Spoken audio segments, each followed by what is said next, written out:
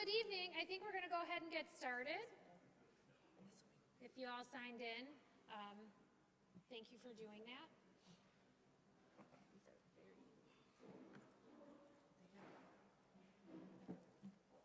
Let's hope I don't fall out of the chair. Good evening and thank you for coming. My name is Susan Coleman. I'm the Assistant Superintendent of Student Services, and I'm proud to be here tonight with our community and my colleagues to come and have this Vapor Station with all of you. I'd like to get started by introducing those people on our panel. And as I do so, after we go around, if you guys would just take a couple, like a minute and just talk about your role in the district and in the community. First, we have Danielle Ryan from the Lake County Health Department. Matt Aiello is one of the deans at the high school. Becca DePorta is another one of our deans at the high school. Detective Pat Stone, who is our school resource officer. Todd Jackowitz, our principal at Middle School North. Anthony Dengler, our assistant principal at Middle School South. Barbara Belke, our social worker at Lake Zurich High School, as well as our student assistance program coordinator. And Susan Faulkner, social worker from Ela Township. Thank you so much for everyone for coming tonight. So Danielle, if we could start with you to just give a little information. Sure. So I work for the Lake County Health Department. I've been in the tobacco-free Lake County program for about 4 years. And for the past year and a half, I've been working with the Lake Zurich High School to implement a communication campaign for e-cigarettes with the Lake Zurich High School and the middle schools. And Susan, if you could talk a little bit about, So my name is Susan Backler. I'm the director of the Ela Community and Family Services for all of Ela Township. I was one of the founding members of the Ela Coalition Against Youth Substance Abuse, which has been going on for 10 years. I also do a lot of direct service with kids from Lake Zurich District 95 schools and also Stevenson too, so I work directly with the kids, and I'm happy to be here. The Ela Coalition is the full term. The Ela Coalition Against Substance Abuse uses local data that the students provide in the Illinois Youth Survey that the school district deploys to our students in order to gather real-time information about what our students are currently doing in their free time as it relates to alcohol use, substance abuse, e-cigarettes, and tobacco. That data is critical in order for us to develop programming and to work in conjunction with all of our community partners to make sure our kids are continuing to make healthy lifestyle choices. And so that is how we all came about to come together today to give you guys some information as well. So I think we're going to start, Danielle, with your PowerPoint presentation.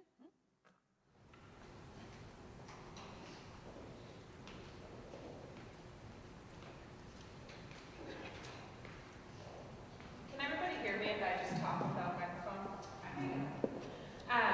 So I'm going to give an overview of what electronic cigarettes are, talk a little bit about the Illinois Youth Survey data, and give a brief overview of the communication campaign that we're implementing in both of the middle schools and the high school. So what are electronic cigarettes? They were actually originally developed in 2003 by a pharmacist in China. They were originally developed as a cessation tool. However, we don't have any conclusive evidence that they are useful as a cessation tool, and they are now currently regulated by the FDA as a cessation tool. They are battery operated. The majority of them deliver nicotine as well as some other chemicals that I'll identify in some later slides. So basically, the user inhales a mouthpiece and inhales a vapor, like you would regular smoke from a cigarette, and then exhales that vapor. So what is inside e-cigarettes? The majority of them do contain nicotine. Other ingredients include propylene glycol, glycerin, heavy metals, volatile organic compounds. Some ingredients are similar to that in traditional tobacco products. Diacetyl, which is an ingredient that has been known to cause something called popcorn lung, which is an irreversible lung disease. A lot of e-cigarettes do contain this chemical. However, Juul, which is one of the more popular devices with young people, does not contain this and actively promotes on their website that this is a chemical that their product does not contain. Because of lack of regulation by the FDA, there's not a ingredient list on a lot of these. There are thousands and thousands of e-cigarette products, not just in the device used to inhale the substance, but the different kinds of liquids that are added to e-cigarettes. Some of them are labeled zero nic or 0% nicotine, and research has found that they do in fact contain nicotine. E-cigarettes, not necessarily the first generation or cig-alike models, but some of the newer devices and vaporizers can be used to deliver marijuana. So we usually put them into three groups or three generations. The first generation is that cig-alike model. It's not really what we see young people using today. Some brand names for this are Blue or Muse. They most likely resemble a traditional cigarette. They are disposable or rechargeable. They contain nicotine, and they have a red light at the end. That's not really what we're seeing young people use today. The second generation, or a tank system, is much larger and it has a refillable tank. So you're purchasing a e-cigarette device that can be used for multiple uses, and then you purchase the liquids separately to be put into the device. And the third generation, these can be ornate or discrete. They can be very large or they can be very small, resembling something like a USB drive. These have mechanical modifications. You can adjust the voltage, and some young people are very into these devices and will adjust the voltage to do things like create a larger plume of vapor or change the throat hit, the way that the smoke hits the back of their throat. So these are kind of the things that people large in the vaping community will discuss and modify their devices for. These are just some images. So Juuls are on the top left here. They look like a USB. There can be other devices that resemble pens, mouse. They can be bedazzled or have your favorite sports team on them, or they can look like something common that you would find in your home. So Juul is the most popular with young people. It looks like USB. They come in flavors like mango, mint, and creme brulee. Each one of the Juul pods, which are the little colorful pods right there, they contain as much nicotine as an entire pack of cigarettes. And what I think is really important to note about that is that when you think of a cigarette, there's a start and an end. We don't have a lot of young people who are pack-a-day cigarette smokers, but when you have a Juul pod or this Juul device, there's not a start, there's not an end. It's as much as they want to take, as hard of hits as they want to take, and they can be taking in a lot more nicotine than someone who is smoking a cigarette. So Juul has done a couple of things in an attempt to decrease youth use because it has such a huge market share of youth use. One of those is that they increased their age to purchase the product online to 21. In a few slides, I will talk about some additional steps that they've taken because the FDA has kind of done a crackdown, but you can still be 18 to purchase these devices at retailers if they're in a community that does not have a tobacco 21 ordinance. And then Juul in school is just something that I put on there because this device is so prolific in young people's lives. There's trending on YouTube like Juul in school, or it's using this device is referred to as juuling rather than vaping. So it's not just what they're using, but how they're using it. So it has this culture surrounding it. So what are we worried about? By and large, it is addiction. These products contain nicotine. Nicotine is a highly addictive substance. And what we know now is that it's not just how often a person uses, how much a person uses, but the age at which they begin using. And that nicotine can prime the young brain for other addiction. So we really want to prevent young people from using these because their brains are more susceptible to addiction and prevent that addiction in young people. And then these devices contain substances that can be harmful or potentially harmful. We can say without a doubt that cigarettes harm nearly every organ of the body. We can say that because we have years and years of data. We have long-term studies to know the damage that tobacco products can have. We don't have that with these yet, but in my next slide, we'll look at some of the chemicals and carcinogens that have been identified in e-cigarettes, and some of them are the same chemicals that are in traditional tobacco products.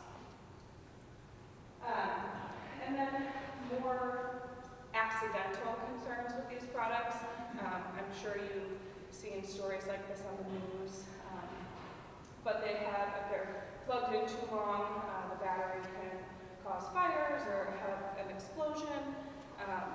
What Poison Control saw is that as the use of e-cigarettes increased, the calls to the poison control line for nicotine toxicity also increased from young people ingesting the liquids because they come in little bottles with cupcakes on them or Starbursts and have fruity names.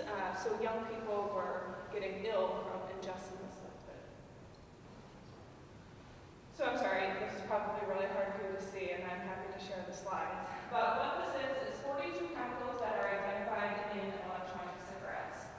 The ones in red can be emitted in secondhand vapor, so they can be potentially harmful for not even someone who's using the product, but someone who is around someone using the product. The ones with stars are carcinogens, and the ones with the check mark, they are known to be harmful to health. So some of the ones that you might recognize are things like formaldehyde, lead, benzene. All of these products are also in traditional cigarettes. So, we're all here because we know that the use of these products among youth is increasing. The CDC has found that nationally, the young people who reported using e-cigarettes tripled from 2011 to 2013. And what I think is very interesting is that young people who reported using e-cigarettes but had never used traditional tobacco were more likely to have an intention to try traditional tobacco. So these products can not only lead to addiction, but lead to traditional tobacco use. And now I have some information from the Illinois Youth Survey. I have some county data as well as some data specific to Lake Zurich High School. So what this is showing is the 30-day use of electronic smoking devices in 2016 and then in 2018. The reason we use 30-day use is because it's more indicative of regular use. So in 2016, 10th graders were using e-cigarettes at 11% and 12th graders at 18%. In 2018, that increased to 21% and 32%. This is Lake County as a whole. This is Lake Zurich. So we do see a decrease in use here in this community. But what we saw in 2016 was that the use of e-cigarettes was much higher in Lake Zurich compared to the county. So we put together a task force to address e-cigarette use, and that's where the communication was developed. So currently the e-cigarette use in Lake Zurich is very comparable to that of Lake County. So this is the perceived risk associated with use. And what we see is that as use goes up, perceived risk goes down. Our 12th graders are perceiving that e-cigarettes pose a moderate to great risk at about 54%, while 10th graders believe it's about 60%. And this slide is showing tobacco and vaping sources among LCHS students. So this is of users, of those who are using vaping products. Where are you getting these products from? The majority of them are accessing them through friends. We do see in 12th grade that retail number really jump up. We have a lot of 12th graders who are 18 or who can pass as 18. So they are more likely to purchase from a retail store. However, the majority of them are still getting these products from friends. So the regulation of e-cigarettes. In 2016, the FDA actually pulled e-cigarettes under their deeming rule to regulate them similarly to tobacco products. However, it's a really long process. I think about a year ago, they actually extended the deadline to 2022. They're reviewing that deadline now due to just the explosive use of these products among young people. In September of 2018, the FDA put out a statement saying that youth use of these products has reached epidemic proportions. They sent out violation letters to 1,300 online and brick-and-mortar retailers for selling these products to young people, and they gave 60 days for the top 5 e-cigarette companies to identify how they were going to curb youth use of their product. And so with that, a lot of companies stated that they would support increasing the age of tobacco products and e-cigarettes to 21. Juul has decided to pull their flavored e-cigarette pods, the creme brulee, mint, cucumber. They're pulling those from retail stores and only making them available online. Juul has also decided to end advertising through social media. Critics to that say, is it too little too late? Because now Juul use is so prolific among young people, and there's a lot of word of mouth advertising there. But that is the steps that Juul is taking. And we'll kind of see how that plays out as the FDA continues to move forward with regulations. Locally, Lake County has really been a leader in passing tobacco 21 ordinances. There are currently 12 ordinances in our county, and Barrington is the most recent community to pass the tobacco 21 ordinance, and they did so last month in October of 2018. So the communication campaign. As I mentioned, in 2016, when we were reviewing the data, we got together with community officials in Lake Zurich, Barrington, and Wakanda, because what we found was that in this kind of quadrant and in those 3 communities, e-cigarette use was higher than that of Lake County. So we got together to address why we thought that was happening and how do we change it? What approach do we take to reduce youth use? And so we decided on implementing a communication campaign, and it's being implemented in all 3 high schools and all of the middle schools in those communities. And our campaign is focused at changing knowledge. So if we can dispel some of the myths associated with e-cigarettes, hopefully we can increase knowledge and have a behavior change. We're currently in our first year of implementation. And again, this is probably very hard for you to see. But we are meeting regularly with school staff, implementing these campaign media images every 6 weeks. We've done activities with the students, and they really feed what the message is going to be and what the images are going to be.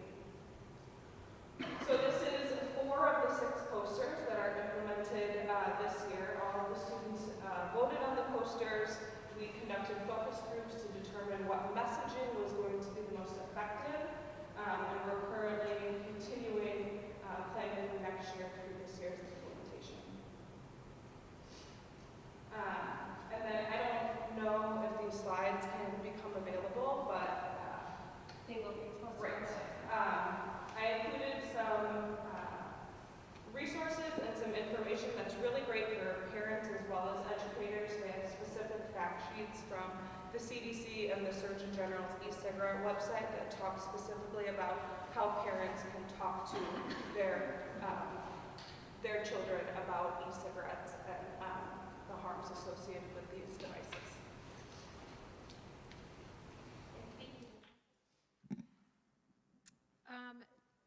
So at this time you were given, when you walked in, you should have been given a note card and a pen. And so we have a series of questions that we have developed for our panel. And please feel free to, if you have your own question, to write it down. Melissa Peichel in the back will be collecting those cards and bringing them up so that if you have a question that was not answered during the course of this presentation, then we can go ahead and get that answered for you. So that's what those note cards are for. Before we get started with some of our school personnel, I'm wondering, Detective Stone, if you could talk a little bit about, I'm sure one of the questions people has is Barrington has their new ordinance that we passed, and I was wondering if you could talk to us a little bit about where we are in Lake Zurich as a community with those ordinances and or what happens to our students should they be caught with those vapes and that paraphernalia in their possession. Thank you. Currently, the Village of Lake Zurich does not have an ordinance against e-cigarettes or vaping products. It just remains that tobacco sales are reserved for those who are 18 or older. The Tobacco 21 is up for vote in front of the Village Board on Monday, December 3rd. If that is passed, it will limit to tobacco sales to, including e-cigarette sales, to those over 21 and over. And then can you share from your department's take, if you have a student or a young person under the age of 18 who is found with that jewel or the e-cig in their possession, is there an ordinance against that, or what? Right now, there is currently not an ordinance in place in the Village of Lake Zurich regarding vaping, vape products or e-cigarettes at this point. If we were to come in contact with those, juveniles on the streets, I know that a lot of our juvenile officers on the street would be in contact with their parents, even though it's not against a village ordinance, and I know I would probably do it too, just to let the parents know what their child was in possession of, so that they're aware, and maybe they then can deal with that on a family level. Okay, thank you. At this point, Mr. Aiello, I'm going to turn it over to you. Can you share with us how vaping is handled at the high school, the prevalence that you've seen since you've been working in that role, and what kind of proactive measures that we take? We definitely try to go the proactive route when it comes to vaping or any paraphernalia with vapes. What we try to do is get the educational aspect out to the students, kind of let them know that they're not good for you, they're not safe. Sometimes students will say that, well, my parents do it, my dad or my mom is trying to quit smoking, so it's okay for them, it should be okay for us. So we try to let them know that it's not. So a lot of the educational things with our freshmen, we have FAME, and we talk about making good choices in there all the time. And so one of the things that's definitely discussed is vaping. We have, and Barbara will talk about a bunch of these things, but we have things like our Stall Street Journal in the bathroom that just kind of gives kids reminders of the ills of these things. One of the things that I know has really worked for us at the high school is meeting just like this with the teachers and sharing with them, what the vapes look like. We'll be coming around a little bit later, letting you see a bunch of the different vapes that students have actually had in their possession, letting them actually smell what they smell like. Parents, I hate to admit it, but your kid isn't just getting a new candle that smells like cotton candy. They're probably vaping, so we'll let you kind of smell those as well. But the proactive route, we let our security guards know what to look for. Our teachers know what to look for. We let our students know that we know what vaping is and the ways that they can hide them and what it smells like and the different tactics that they have to actually use them during the school day in the bathrooms, in the halls, at football games. At football games, we check bags to make sure kids aren't bringing things in that they shouldn't. Trying to help them, consistently make as good a choices as possible. The reality is, with all the education, there are still students that make bad choices. So when they do make that bad choice and they're caught either vaping at school or in possession of any of the paraphernalia of vaping, we typically have students spend a day with us in our student support center. in the Student Support Center. They'll be taken out of the social setting of the school day. They'll still do all their schoolwork, but this is a great opportunity for us to introduce them to, actually Barbara specifically, our social worker. She'll come in and she will start an education program with them that she'll go in more depth about, but it's called Impact. And it leads them into kind of learning about what vaping and tobacco use in general really means to them and how it actually impacts them. And the idea is to give them a better knowledge base to go forward with and make a better decision with. We also make sure that they know that bad choices do lead to, unfortunately, difficult circumstances moving forward. So we do typically take them from the social scene. So that means that they wouldn't be able to go to events and football games or basketball games or a dance. And so we kind of hit a three-tiered prong on that in terms of what we're trying to do. I'm proud to say that it seems to be working. In the last 2 years, when we've really been keeping better data on this, we've only had three times have we had repeat offenders. And I think that's a really positive because the educational piece, the consequence piece of kind of learning that your decisions do have a negative impact on your day-to-day, it does seem to be working. You know, some pretty powerful data, I think, is that we had over 60 vaping incidents last year throughout the entire school year. And from the start of the school year last year until this date, last November, we had 17 incidents.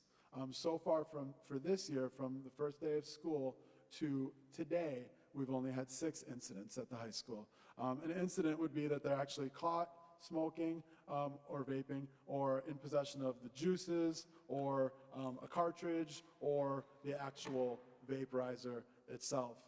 So, you know, that's in a short term, that's a nice decrease that we have definitely seen.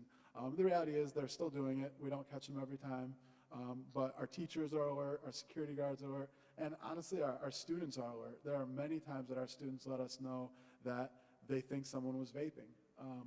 They don't typically like it. They don't want to be caught in the bathroom with someone that is doing it and then feel like they're going to be caught up in it as well. So people are really getting together to try to solve this issue, but it's definitely, as Danielle said, it's something that is just continuous. Thank you.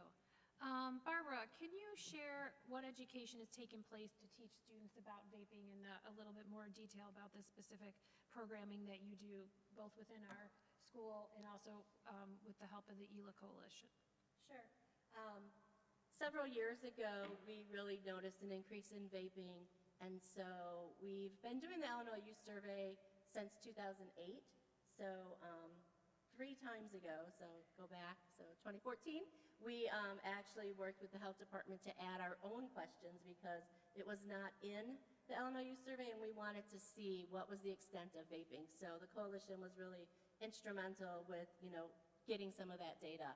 And then, like Danielle said, we sat there and we said, okay, we know that this is going on, so we contacted the health department and really worked with them to form this task force so that we could work together and really make a plan to help reduce vaping for our youth. So we were very happy that we were able to do that. So this year, like Danielle said, was the first year that we had the posters in our buildings, and so those changed.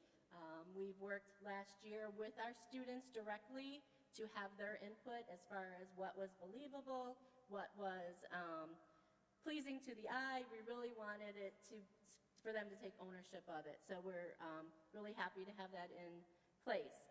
Besides that, we have the South Street Journal where we put articles at least once a month specifically about vaping. We always kind of alternate between some sort of drug use, alcohol, drug use, and then we've really focused on vaping.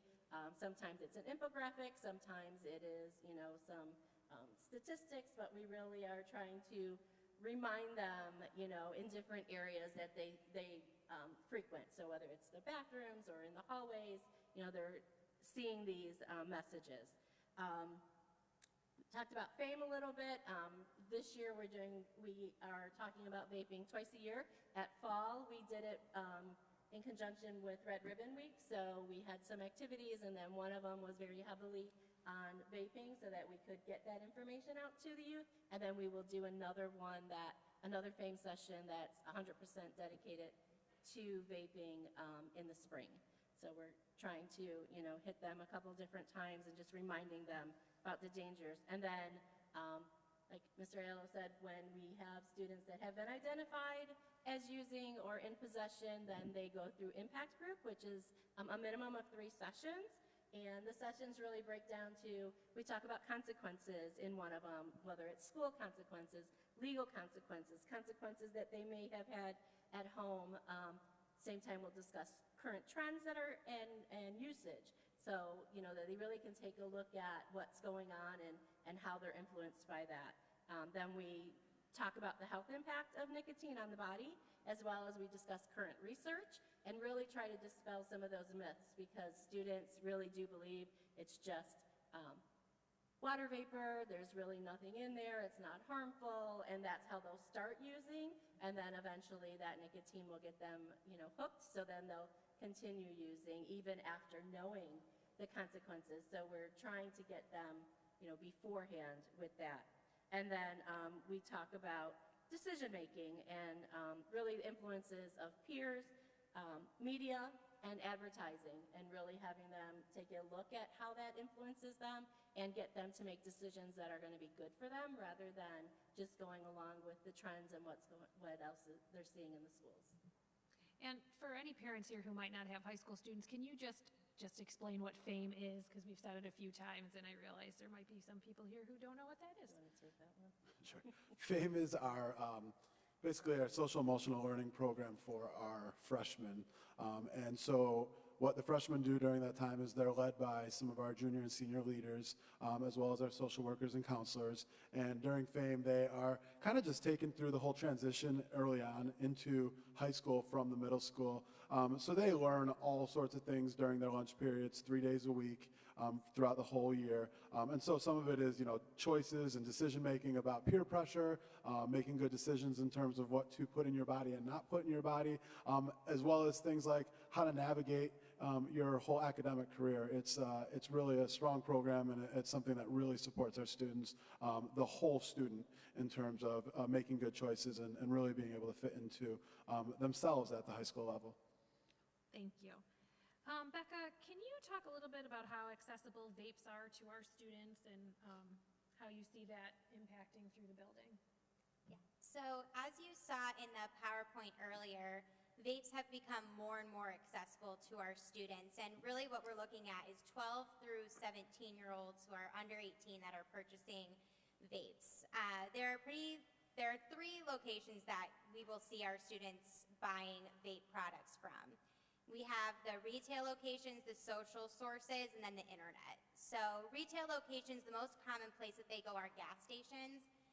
Places like BP, Shell, and Mobil are the most well-known for having vape products right at the register, and it's very easy for someone under 18 to be able to purchase those things. I know that's something that the FDA is working on, having gas stations align with not allowing underage students and others to purchase vape products. The social source is obviously the most prominent for our students at the high school level. Kids will Snapchat, Instagram, text their friends who are 18 and able to purchase those products, and they get their vapes from them. The most concerning is the internet. Nowadays, it's getting easier for kids to purchase vapes online. I know that eBay and Craigslist are the most common for students being able to purchase vapes without having to have any sort of ID verification.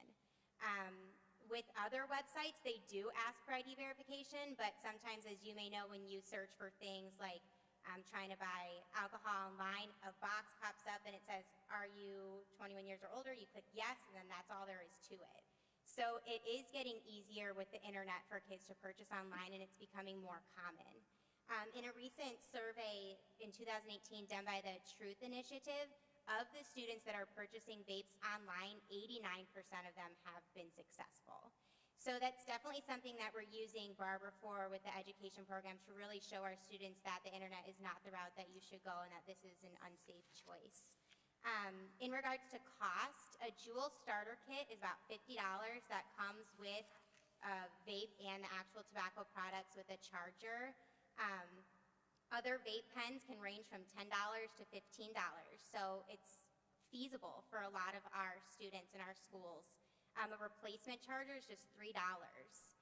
Especially when you go on eBay and Craigslist, the cost is fairly low. So we're seeing that it's getting easier and more feasible for our students to get access to these vapes without parental permission or any type of ID verification.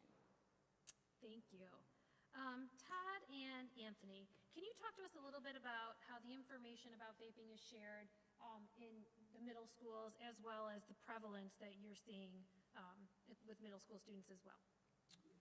Yeah, so our main proactive measures come from our partnership with Lake County through the posters that we get every 6 weeks and hang around the school. We also hang them in the bathrooms.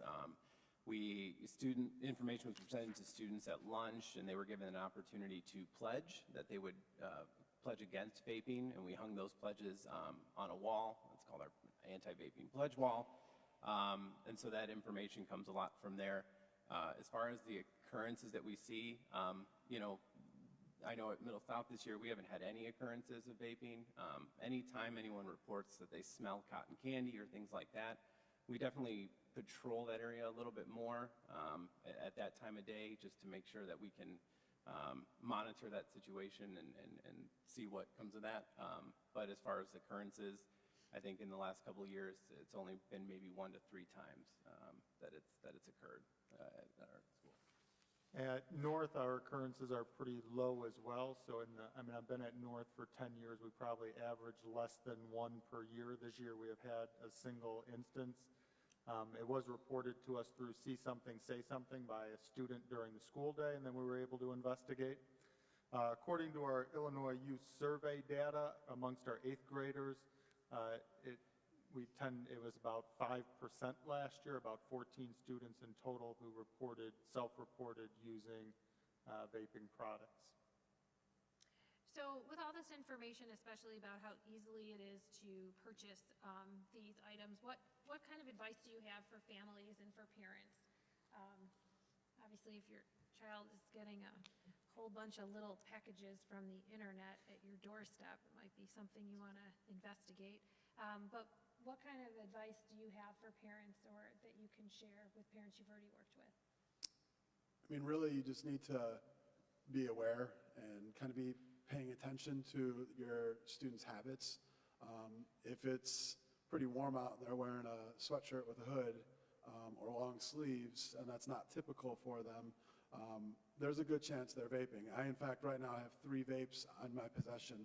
I've got a whole bunch in here that I'm going to show you, but I have 3 vapes on me right now. One is just sitting here in my sleeve, and I can just, if I wanted to, if I was in a classroom, if I was in a hallway, I could very easily just put my arm up and I could vape without anyone knowing, because then I could just turn and cough into my sleeve, and you're not going to even see any of the residue or anything any of the smoke or anything like that. You also see that sometimes they just cough into their hood. There's all sorts of tactics that students are learning, and really they're learning it from each other, but you could go on YouTube. I know we don't always want to go on to some of those sites, but if you go on YouTube and literally just put in some search words of vaping or students vaping or hiding your vape, that's something that we do from time to time, just to try to stay up to pace with the students, because they're really good at being a step ahead with technology, with learning, with everything good and bad. They can stay a step ahead of us usually. So you will see that they find ways that kind of disguise their normal activities. Seriously, if you smell nice new odors in their room, the odds are that they did not go out and buy some new cologne or perfume. They're probably vaping. I've got one in my pocket right here that if I stood up right now, it would just look like I have a highlighter. Student could carry this in the halls, carry it into class, just put it on their assignment notebook, put it on their pocket. It's got its little hook here. The first time I saw it, I thought it was a highlighter. They're on kids' keychains. There are new ones that are on keychains. If I didn't bring a wallet in, but I have a real thin wallet, and you can easily fit a vape into the same space that you would put a credit card or a license. They're that thin now. And so the companies, as much as, you know, Juul is trying to get the word out that they're not good for kids, the companies are also manufacturing the devices in really creative ways that makes it easier for young kids, young people in general to kind of hide what they're doing. So just be alert, let your kids know that you know what it smells like, what they're doing, and just talk to them about it. And it's slowly but surely helping us a little bit in terms of getting them to minimize some of their behaviors. And I guess I would just add to that, to monitor their internet purchases. I know some kids have credit cards or they're linked to their allowances or accounts, but you know, it's still something you might want to be aware of is what is your child purchasing online? And what are those packages coming to your house? So to be aware of that and have conversations with your student, you know, about their online purchasing activity as well.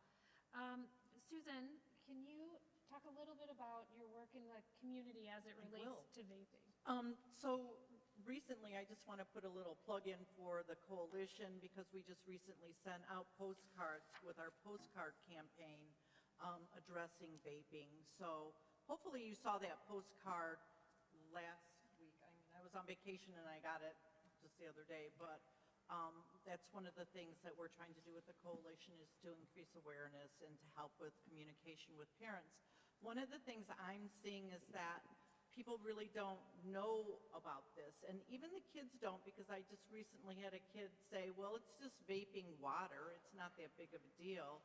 So it's the lack of education that I find myself educating kids and parents because they think their kid's not doing that, and you should really just question and talk with your child to understand what's going on. The other really nice point is that if you do have any questions, the one nice thing about the township offering these services for free, that you can come and talk to either myself, you can talk to the school and, you know, contact Barbara, but we're there to help educate and help support families and keeping our community healthy because there are all sorts of things going on out there. So together as a community, we can help. Thank you. So what's being passed around now, if you haven't gotten your goodie bag yet? The envelopes that you're sniffing is oil that Matt has poured on there in his office, unfortunately, which now smells like a potpourri of cotton candy. This is taken, all of these that you have were taken directly from students. So we did not go out and purchase any of these. These things were all confiscated from students. And Matt took the oil and poured it on the envelope so you could understand what it smells like. So it does not smell anything like tobacco, as I'm sure you just figured out. But it also doesn't smell like perfume or deodorant or cologne. So having that information, I think, is helpful as a parent. I know the box is going around of all the different ways that vape producers are creating more sleek and discreet ways to hide that habit. But I also think that Matt and Becca can show you a little bit more about how easy it is to just have it on your person. Those I washed those today, so don't worry about touching them. They do have, you know, it's really easy to spill those juices. When you're holding it, some of them do have a little bit of juice in them still. That's the term for what they're actually vaping. You can detach it. Go ahead if it breaks. It doesn't matter. We don't mind. We use them. So you can detach it, and you can kind of see where it would plug in for it to actually be charged. Literally, all you have to do, if I had it in my sleeve, I put it in there because that was one of the more common ones, the real thin one. I've seen girls have their hair tied, and they just keep it here. Last year when we did this presentation, actually our dean last year had it in her hair the whole time. Students come up with ways to really conceal this, and it is really simple to have that going. I mean, you literally just press a button that heats up on its own, and you can just very, very quickly take a hit of it, a puff of it, whatever you want to call it. I don't vape, so I don't know what it's called. But you can do that really quickly, and honestly, nobody will be able to tell. Fortunately, like I said, kids are trying to kind of keep each other from doing these things because I do think the word is getting out that they're not real good. We've had a couple kids that They were probably in the bathroom, and so we had gotten word that it was going on, and we figured out what 2 or 3 kids were in the bathroom, and all of a sudden one of us show up at their door, or a security guard shows up at the classroom door, and we say, you know, we got to talk to you. Well, it's not in their pocket, it's not in their backpack anymore. So now all of a sudden it might be in their shoe, it might be in their sock, it might be in their pant leg. One student was very friendly with us recently, and while he was talking, literally he stood up and it fell out of the bottom of his pants. So, you know, they're trying to find ways, they're kids, they're gonna test their limits, but ultimately I really do think with the education programs and the interventions that we're putting in, they're not making the same mistake twice in most cases, at least at school. So hopefully we can make this that whole community effort to try to get them to limit their behaviors on that. We definitely will at the end, so we'll keep this all out so you can come up and smell them. Most of those, I think I have 6 up there. 5 of them smell pretty good. Be careful, the butterscotch one, it is disgusting.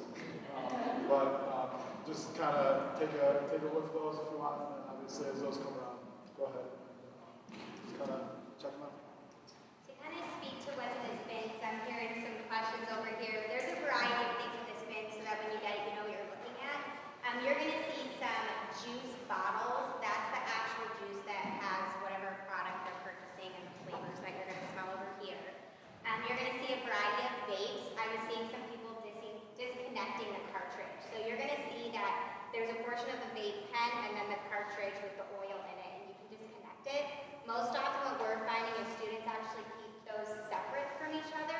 So when they're in the possession of their vapes in their backpack, their purse, their clothes, they'll put the actual pen in a pocket and then keep the cartridge in their backpack. So that when potentially they're searched or they're in the bathroom, they don't have the entire vape pen with the tobacco product together. So the likeliness of them getting caught with both is less.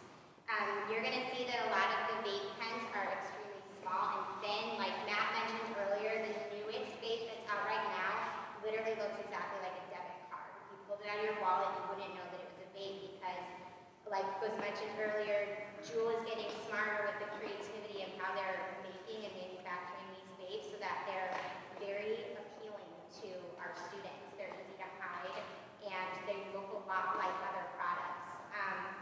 The most common vape that we see, you can actually just charge it like a USB port in the side of your laptop or using your phone charger. So when we search bags, a lot of the times we pull out these vapes and they look identical to the new like portable phone chargers that a lot of our kids have. I have one myself, and they even label the vape so that it has labels that are identical to some phone company chargers. So it's very interesting how discreet they're getting.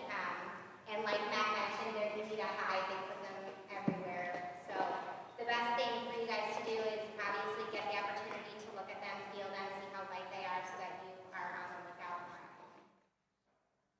I do think it is important to realize that those vapes also, you can smoke marijuana out of those.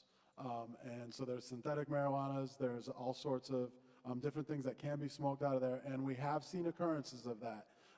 And you're not going to smell the typical marijuana smell.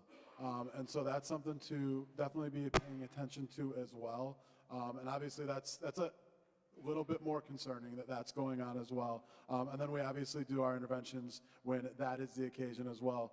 And I do remember one of the questions last year, we don't differentiate between actually smoking or vaping in school and simply having the paraphernalia. So if you just have that juice with you, we are going to treat it as though it's an incident because we want to jump on it right away. We want to be as proactive as possible, and that might seem reactionary, but maybe the student only has the accessory to it, and maybe they were holding it for their friend. We don't know. But at the end of the day, that is a great opportunity for us to get them into impact and let them become better educated on what they're really doing in terms of decision making. And like Matt said, we don't always catch everyone who is using, so one of the reasons we want to have these talks is really to remind parents, to know the facts, know what's going on so that you can talk to your student. We sent out the postcard and the theme is, talk, listen, learn, because we want you to learn what's out there, but also have conversations with your students. Ask them things like, what do you think about vaping? Just asking those questions gets, some conversations, and you can kind of get a feel for what's going on and how they're thinking about these things, because you want to try to understand why they would be interested in this so that you can address that. Because maybe they have, low self-esteem, or they're having some problems with depression or with anxiety, and they're feeling like these substances can help them. So having these conversations can really open up your eyes to what's going on with, our students, to try to really deal with what those issues are. We also, want to make sure that you convey your expectations, when you're having these conversations, and let them know that, that that's not okay. It's not something that you support that they're doing. And also making sure that they have those good refusal skills, and that you're a good role model. Even if you are smoking or using yourself, letting them know your own expectations, and keeping your things separate and away from easily accessible to them. So those are some other points that we wanted to make sure we're conveying to our parents. I'm not sure if anyone had any questions, or if there's anything that you wrote on a note card.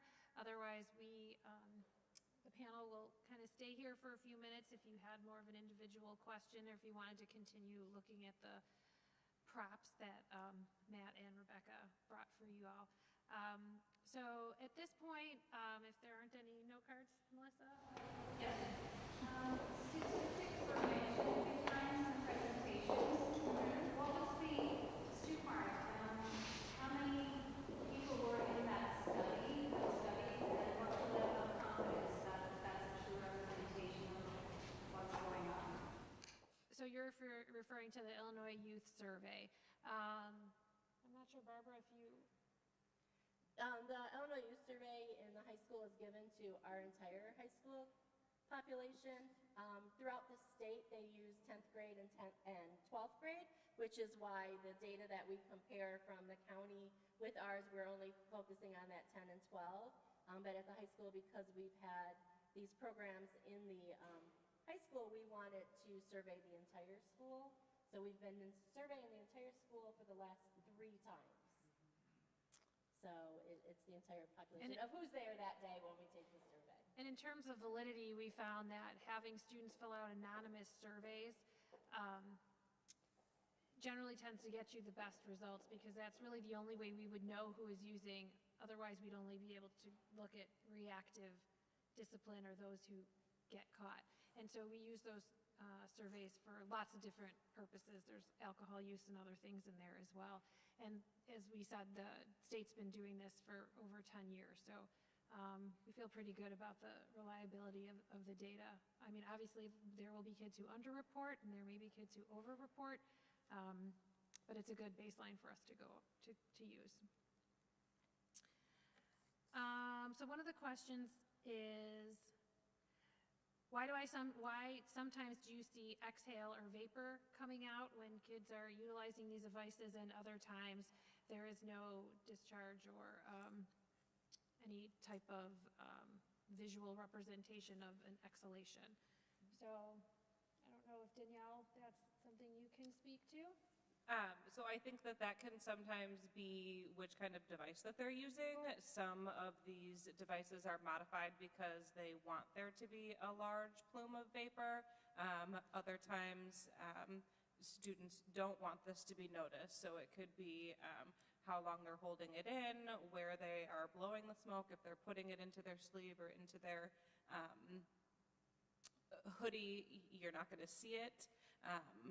And it also dissipates very quickly. It doesn't linger like tobacco smoke does. So what we've heard a lot of times is that a young person can be using these products in the stall of a bathroom, and that vapor can dissipate before it would reach the top, which is just not something that we would normally see with traditional tobacco smoke.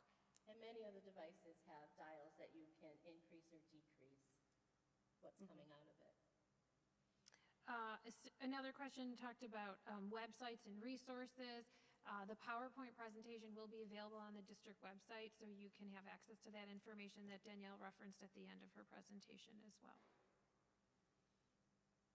So I'm not sure if there's any more questions. Yeah. So I have a nephew that is a sophomore in high school, and he came up to me and he said, he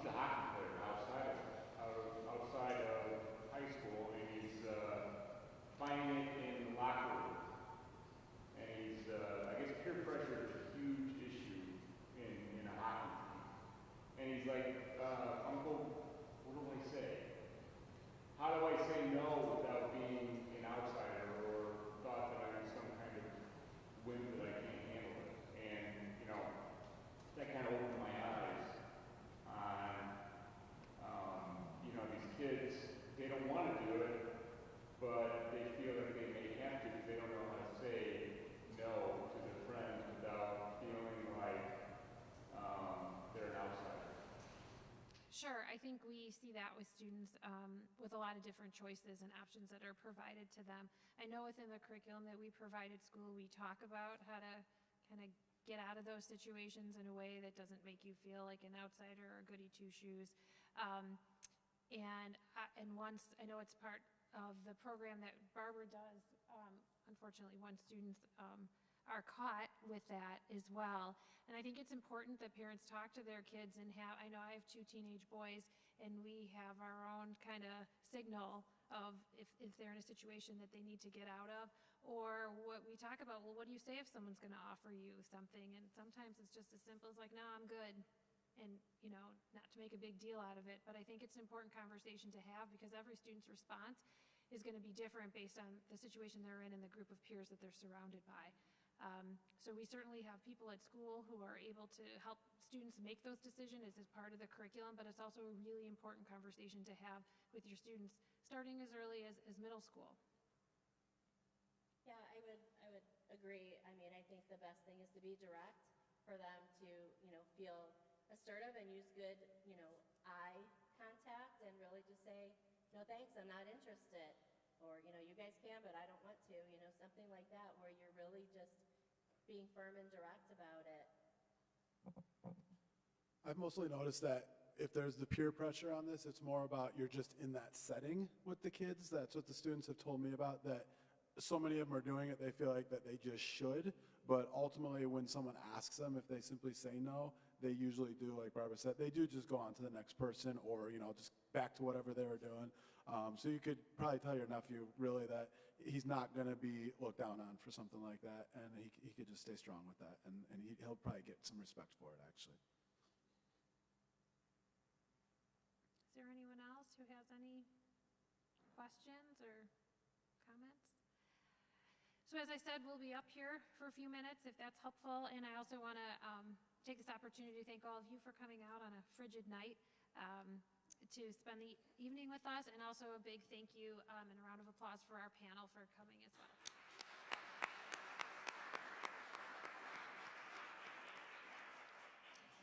So again, this presentation as well as the PowerPoint will be posted on our website, and if you have any more questions, feel free to contact either Danielle from the Lake County Health or anyone in the district as well. So thank you all for coming.